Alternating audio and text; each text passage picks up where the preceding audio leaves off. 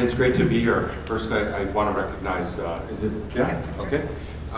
The traditional territory, the Nanaimo people. It's nice to see some familiar people. Chief Moses Martin from Cloquet, from my riding, and Mayor Noel from Ucluelet. It's great to see leaders from our rural coastal communities in the room, and Archie, Councillor, nice to see you, and many people from our home communities here standing up for fishers and for the future generations. I want to thank the organizers for pulling this off. It's an incredible conference, a very important conference that you pulled off.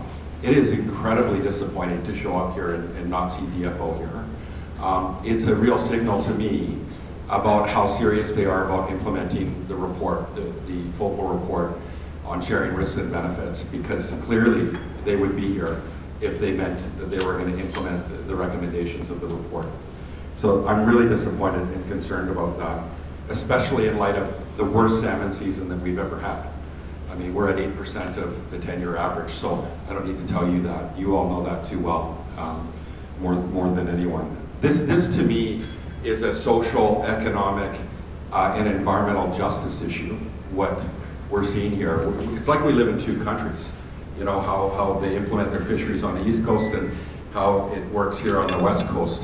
But as I always tell people around our fisheries is that, and on the West Coast and in rural communities, we know all too well, wealth starts in rural communities and leaves rural communities. We've got to stop that. It's an economic leakage to rural communities, and if we don't stand up and rise up, this will continue to happen.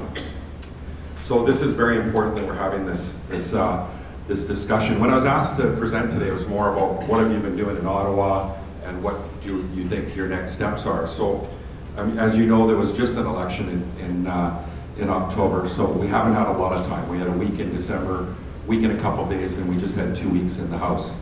So since election, I've had a chance to sit down with the new minister. It was very early going. She was hesitant and resistant to have a meeting with me without getting staffed up, but I asked her just to listen and talk about this report was on the list of priorities to make sure she understood how serious this was.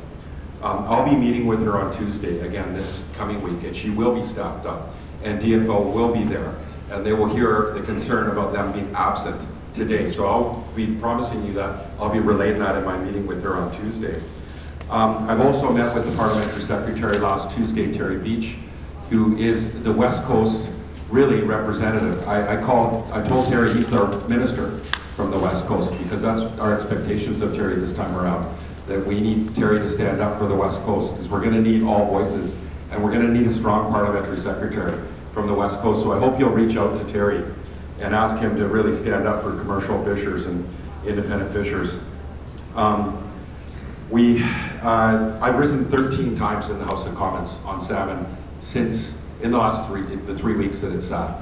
That's a lot for most people in a career. So just so you know that it is a priority of mine. Calling on the government to come up with a salmon emergency package for British Columbians. And I brought Joy Thorkelson's recommendations to the floor of the House of Commons, which were very clear, and making sure that the government's hearing your concerns and your ask for relief.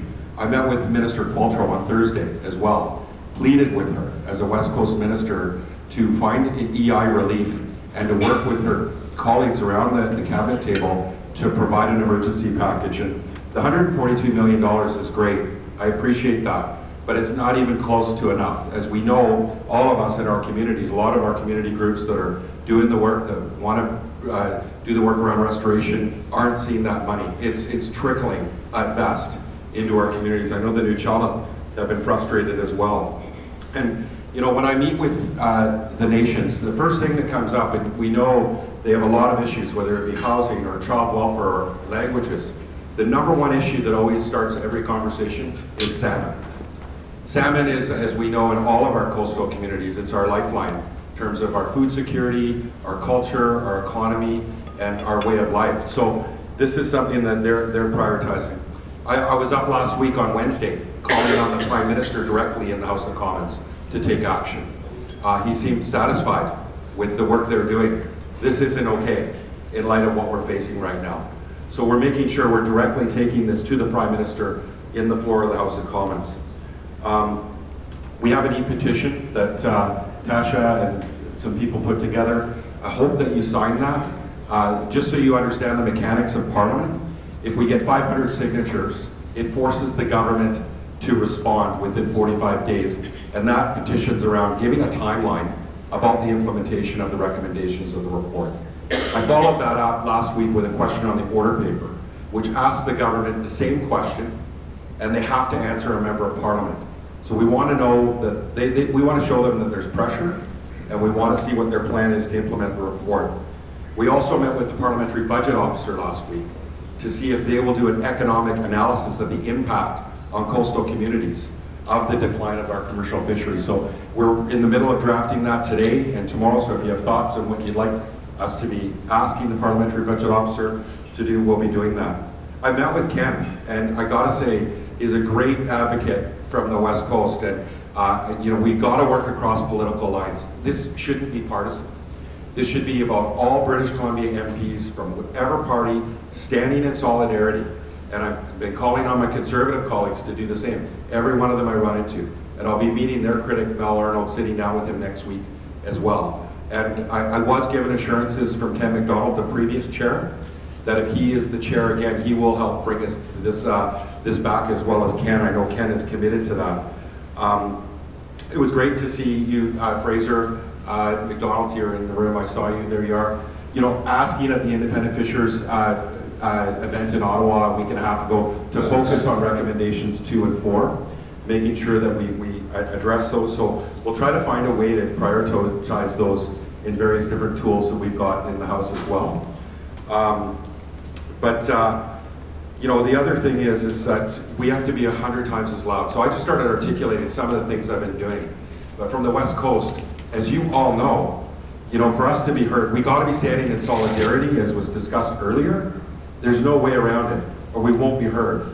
And I'm going to ask PNWAR, which is the Pacific Northwest Economic Region Conference, which takes place in July in Montana, that they focus on salmon.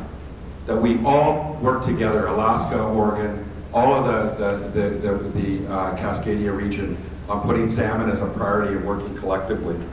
Moving forward, we talked about stories and making sure you're being heard. Media drives politics these days, it's terrible. But your stories are really important stories. When I talk to people, you know, on my street, they don't know the challenges you're facing. And you know, many of you recall I ran the plastics campaign, and 4 years ago, people thought I was crazy talking plastics. We put it on everybody's dinner table conversation. And the government put it in the speech from the throne and made a commitment, and also focused their G7 conversation around it. We want to make sure that someone living in Regina cares about fishers, that they care about salmon. And we're going to need to start with our own communities in a real important campaign, which includes talking to media, sharing your stories, what's happening to you and how this is impacting your lives. Because if the people in our neighborhood and our communities don't know, it's going to be pretty hard to catch Ottawa's attention. I'll be really frank with you. So that's something we all have to do collectively. There's a petition that we brought here yesterday that we formatted in my office. Every time we get 25 signatures, I can table it in the House of Commons.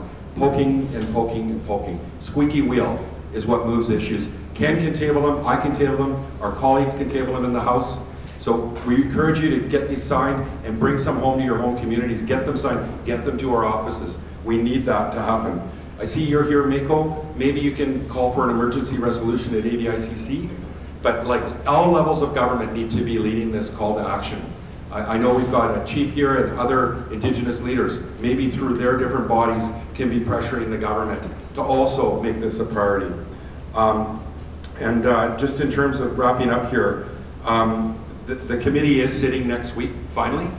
I'm excited about that. Ken and I are committed to bringing this report back and hoping that the committee will support renewing it and putting it back into this government, the 43rd Parliament, and ensuring it's a priority. So those are some of the things, but I'm looking forward to listening to you. I wish I was here last night to hear Corky. I'm sure he had a lot to say, inspiring a guy, as we all know. I had a minister come into my riding, so there was no way I could get away from that. But I really applaud you all for taking time to be here today, to stand up for other fishers, other than yourselves, and our communities and the future. Because it's going to take all of us but you're leaders, and I appreciate your work, and look forward to hearing your ideas and more today, how we can advocate for you in Ottawa. That's our job. We're here to listen, and we will make sure that DFO hears what we're hearing today, and that they need to be here next time. They can't miss this again. Thank you.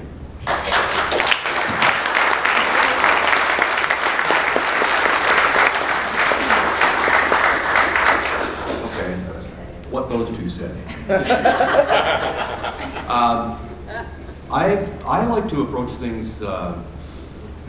Let's call it reverse engineering. We start off with what we want, and then we work through the steps to get there. So I'm going to start my comments at the end and then work back.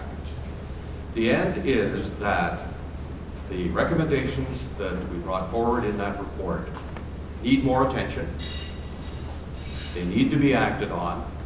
There needs to be constant pressure, as my colleagues have mentioned here.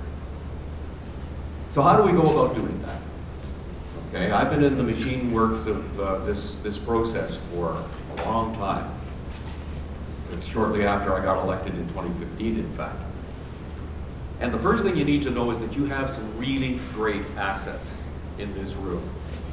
Dan Edwards and Jim McIsaac visited me in my office in Ottawa in 2016. And we were there to talk about something else, but got Dan talking about what was going on with the halibut fishery. You know, where somebody's landing fish that's worth $9 a pound, but they're paying well over $7 a pound in lease payments. That didn't seem fair, and fair is a big thing here in BC. But from Dan, we then had Duncan and Chelsea and James and Kaylin come to talk to us about the new Fisheries Act. They blew the room away, guys. They had every member from every party nodding that, holy cow, this is not good enough. Evelyn Pinkerton, I don't know if she was here yesterday, I don't know if she's in the room again today, but she started pulling back some of the work that she did that shows how the free market system that our conservative friends think is very important wasn't working for you guys. Not at all, not even close. Tanya Sutcliffe, who's been quietly working behind the scenes, but kind of broke out into the clear blue sky with some of the work that they did on who actually owns the quota. And when Peter German did his report on money laundering in BC, Tanya's efforts surfaced there because it came up in our committee deliberations. Rick Williams painted the picture of what was actually going on out here for you guys on the water, in terms of what was happening with your earnings, with the aging of the workforce, etc. He made a presentation in Ottawa, and I want to say it's maybe 2017. Bernadette Jordan was in the room to hear that. She's now the Fisheries Minister. So that seed was planted a couple of years ago. And I think it's fair to say that all parties in the House of Commons supported what we've been looking at and talking about for the last couple of days. When we released this report, I tabled it in the House of Commons because I was the one that made the motion to make the study happen. But we had an amazing series of hearings, and I spoke, and Mel Arnold spoke, and Finn Donnelly, who was Gord's predecessor from the NDP, spoke. So we all own this. Good news is that most of us are back. There's people with a long memory of what went on in those hearings back on the Fisheries Committee. And we all want something from each other in this minority government. So, for me to actually bring this report back, because it kind of died when the government ended last June. We can bring it back. I'm going to need help from the opposition. I don't want to put any pressure on my buddy here, but I kind of figure that he's going to be, hand in glove with us to get it back and get it back on the table. We found some things, of course, and this has been pretty obvious to you: inequitable sharing of wealth, degradation of community benefits, significant barriers to entry for younger people wanting to get into the business, and if things stay as they are, there's no clear way forward, so something has to change. The report, as you know, proposed what we needed to do and went a little bit farther by talking about maybe some of the things we needed to do, how we would get them done. There might be other ways, and we have to be open to them. This is going to be the value of the conversations you guys have today. Because I might think, after all this time of being involved with this process, that I think I know what needs to happen. But you have to live it. And so your input is going to be tremendously valuable. Dan Edwards has put a lot of time into responding to each of the recommendations. His thoughts about, where we start. What's most important, what's more important than the others. If you had to do only one or two, what should they be? These are things that you guys should be thinking about today. So, the status of the study is as follows. I tabled it in May. The government did not give an official response, which means that that opens the way for a very simple process of the Fisheries Committee, which we can probably start next week, to bring it back and have it tabled exactly as it is, okay? What you heard yesterday from the DFO does not cut it. That's not an official response. And I was not pleased by what I saw. This is the first time I saw it. It's unacceptable. It's a recipe for doing nothing. Their thoughts and $2 get you a big coffee at Starbucks, okay? It's just not going to do it. These rascals have a pattern, and it's not just the DFO, it's a lot of the other ministries. They'll see a report and a study come down, and the first words out of the mouth, oh yeah, we accept all the recommendations. That's supposed to make us feel good, as the parliamentarians who work on this stuff. But you could fill this room up with studies, in fact, you could fill a whole damn hotel up with studies where, yeah, we accept all the recommendations, and they don't do anything. And that's the point at which guys like me and guys like Gord are going to get on our high horses and we're going to raise hell because it's just not good enough. Caution to you. I was told that when the report came down, all of a sudden out there was a lot more interest in fair sharing agreements. I don't know if that's true or not. But if it is, be wary of that, because if those guys think that this thing is just simply going to go away, you're going to see that conversation die. It could be an excuse to buy you off. But there's other things that a fair sharing agreement, as good as it might be,